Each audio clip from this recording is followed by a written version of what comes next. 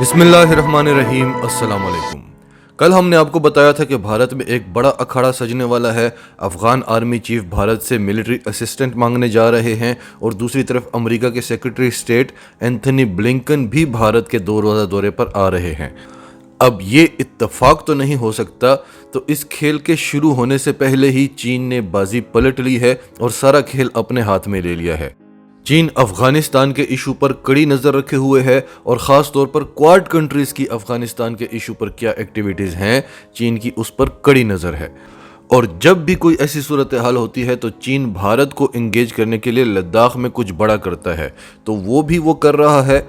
اور افغان حکومت کو بھارتی ملٹری اسسٹنس ملنے کے حوالے سے بھی طالبان کی چین کے ساتھ ملاقاتیں ہو رہی ہیں۔ ان خفیہ ملاقاتوں نے بھارت اور امریکہ کو پریشان کر دیا ہے، اور جو کھیل وہ کھیلنے جا رہے تھے وہ کھیل شروع ہونے سے پہلے ہی چین اور طالبان نے الٹ دیا ہے، اور بھارت اب چین کے قدموں میں گرنے کی پلاننگ کر رہا ہے، لداخ کے لیے نہیں، افغانستان کے لیے، کہ افغانستان میں ہمیں بچا لو۔ روس اور ایران کے قدموں میں گر کے وہ پہلے دیکھ چکا ہے، پاکستان کے قدموں میں گر نہیں سکتا، انا اڑے آتی ہے، تو اب وہ چین کے قدموں میں گرنے والا ہے کہ خدا کے لیے افغانستان میں ہمیں بچا لو۔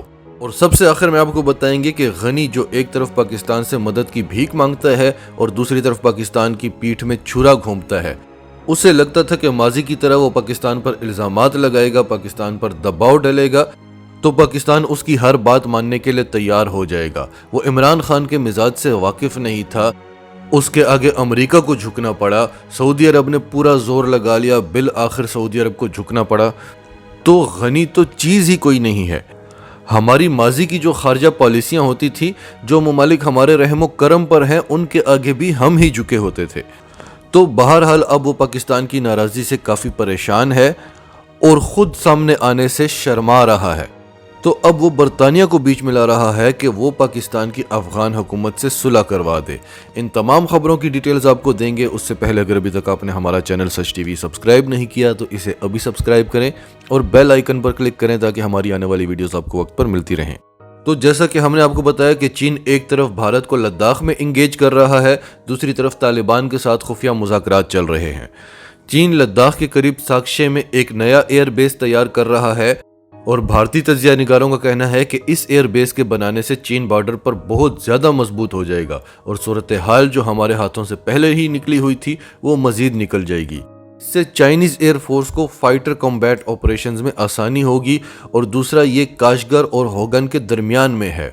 بھارت بھی بہرحال ایک بڑا ملک ہے، بڑی فوج ہے اور بڑی بہادر فوج ہے، تو ظاہر ہے کہ بھارت کی طرف سے بھی رسپانس تو آیا ہی ہوگا۔ بھارت نے ایسا رپلائی دیا ہے کہ چین خوف سے کانپ اٹھا ہے۔ بھارت نے کہا کہ ہم اسے بڑے قریب سے دیکھ رہے ہیں، یعنی بھارت بھی ایسے ہی نہیں بیٹھا ہوا، وہ دیکھ رہا ہے کہ چین کیا کر رہا ہے۔ اب اس خبر میں اصل فکر کی بات کیا ہے کہ چین مضبوط ہو گیا ہے، وہ آلریڈی ہے۔ بھارتی تجزیہ نگاروں کا کہنا ہے کہ جب چین اتنے مہنگے ایئر بیسز بنا رہا ہے اور جدید ترین ہیں، اور یہاں پر چین کے قیمتی طیارے آ کر کھڑے ہوں گے، اس کے علاوہ اس نے ریلوے ٹریکس بچھا دیے ہیں، انفراسٹرکچر بچھا دیا ہے، ڈیم بنا رہا ہے، تو اتنا خرچہ کر رہا ہے، اس کا مطلب ہے کہ چین اب یہاں سے واپس جانے والا نہیں ہے، اور ہم جو مذاکرات پر مذاکرات کر رہے ہیں وہ چین ہمیں ماموں بنا رہا ہے، اس کا کوئی فائدہ نہیں ہے۔ ہم نے آپ کو بتایا تھا کہ مودی نے عمران خان سمیت 100 کے قریب پاکستانی اور سینکڑوں بھارتیوں کے فون ہیک کیے ہوئے تھے، جن میں بھارت کے صحافی تھے، ججز تھے اور حکومتی عہدیدار بھی تھے۔ اب بھارت میں احتجاج ہو رہا ہے کہ مودی کو استعفیٰ دینا چاہیے، کیونکہ اس نے بھارت کے تمام اہم لوگوں کی سیکریسی اور پرائیویسی اسرائیل کو بیچ دی ہے۔ اور اگر آپ غور کریں کہ ہم آپ کو یہ خبر سنا کیوں رہے ہیں، اور اگر مودی سرکار اتنی توجہ لداخ کی طرف دیتا اور اتنا پیسہ وہاں لگاتا تو آج اروناچل پردیش اور لداخ ہمارے پاس ہوتے۔ یعنی وہ مان رہے ہیں کہ اروناچل پردیش اور لداخ ہمارے پاس نہیں ہیں، وہ گئے ہمارے ہاتھ سے۔ اب آپ بھی سوچتے ہوں گے کہ مودی کو افغانستان کی اتنی فکر ہے اور لداخ اس کے ہاتھ سے جاتا جا رہا ہے، مودی کچھ نہیں کر رہا۔ اصل میں سارا مسئلہ یہ ہے کہ بھارت کو خطے میں امریکہ بننے کا شوق ہے۔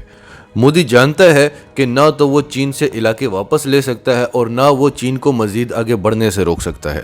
मोदी सिर्फ ये चाहता है कि दुनिया को पता न चले कि चीन आगे बढ़ चुका है, हमारे इलाके कब्जा कर लिए हैं। और शुरू में तो भारत यही कहता रहा कि चीन तो 1 इंच भी अंदर नहीं आया। तो मोदी का प्लान यह है कि जब कोई नई हुकूमत आएगी तो हम ये सारा मलबा उस पर डाल देंगे कि हमारे दौर में तो ऐसे नहीं था, इस हुकूमत के इक़्तिदार में ये सब कुछ हुआ है। वरना भारत कोई छोटा मुल्क है, देखें उसे कितनी फिक्र है कि अगर तालिबान की हुकूमत आ गई तो अफगानिस्तान में औरतों का क्या होगा। ये तो भारत को पता ही नहीं है कि Delhi rape capital of the world है। अब दूसरी तरफ चीन और तालिबान के दरमियान खुफिया मुज़ाकरात हो रहे हैं और ये मुज़ाकरात 2014 से शुरू हो चुके हैं और बताया जाता है कि ये पाकिस्तान करवाता था। अमेरिका को लगता था कि चीन और तालिबान कभी एक हो ही नहीं सकते, क्योंकि चीन तो कम्युनिस्ट है और यहाँ पर ये इस्लामी हुकूमत चाहते हैं। और चीन सिंकियांग में जो कुछ करता है इससे साफ जाहिर है कि वो इस्लाम के कितना खिलाफ है।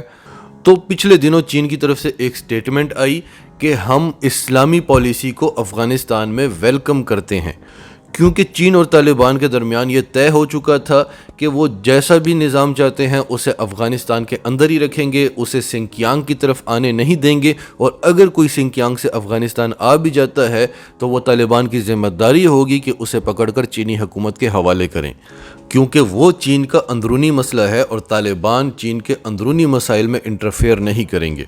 और फिर दूसरी तरफ तालिबान ने भी कहा कि हम चीन को वेलकम करते हैं, वो आए यहाँ पर इन्वेस्ट करे, हम उसे सिक्योरिटी देंगे।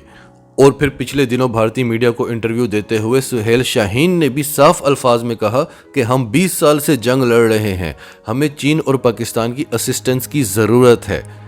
तो जब एंकर ने पूछा और भारत की इन्वेस्टमेंट का क्या, तो सुहेल शाहीन ने कहा कि हमने भारत को बोला था कि वो गैर जानिबदार रहे। उसने गनी हुकूमत को असलहा दिया, जिसे गनी हुकूमत हमारे खिलाफ भी इस्तेमाल करती है और मासूम अफगानियों के खिलाफ भी इस्तेमाल करती है।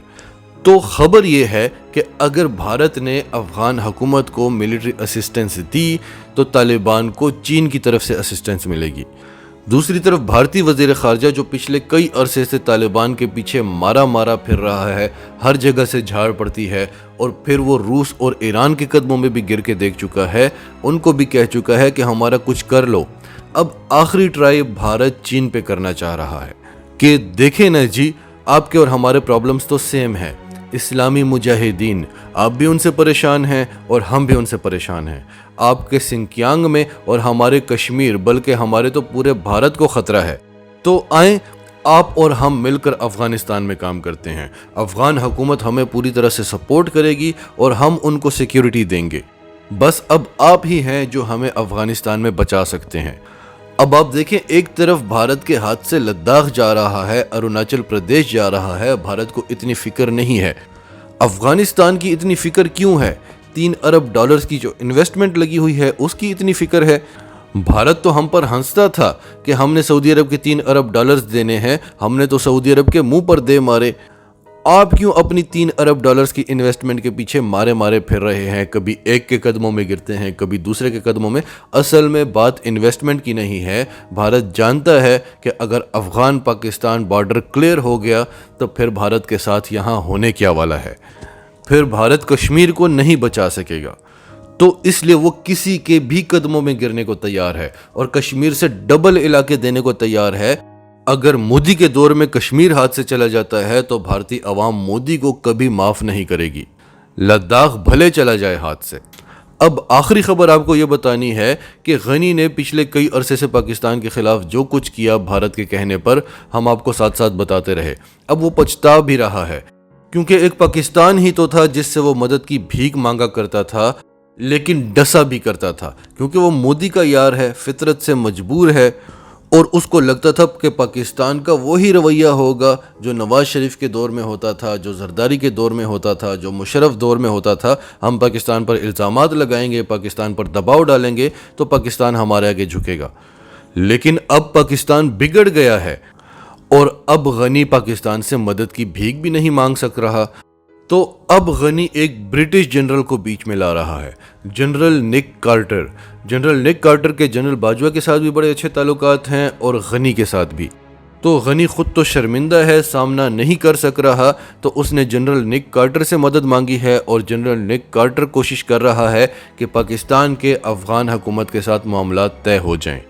नाजरीन, आपकी सबके बारे में क्या राय है? कमेंट्स में अपनी राय का इजहार करते रहें। और अगर आप हमारे चैनल पर नए हैं तो अभी सच टीवी को सब्सक्राइब करें, सच टीवी फैमिली का हिस्सा बने। और हमारी वीडियोस पसंद आएँ तो इन्हें लाइक करें, शेयर करें, ताकि ज़्यादा से ज़्यादा लोगों तक ये मैसेजेस पहुंचते रहें।